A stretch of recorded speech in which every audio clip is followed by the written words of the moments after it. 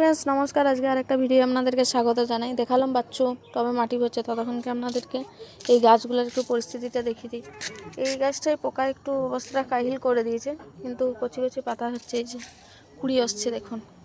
এই গাছটা কত সুন্দর হয়েছে দেখুন, একদম গজিয়ে আরে হয়েছে ঠিকঠাক।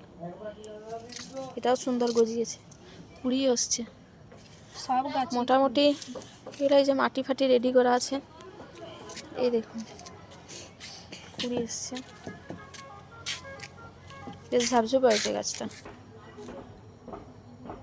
সবগুলো কেটে দিয়েছি, সবগুলোই মোটামুটি পাতা থাকেনি, নেড়ামুন্ডি হয়ে গেছে, কুচি কুচি পাতা আসছে। সাদা গাঁদাটা দেখা পাই,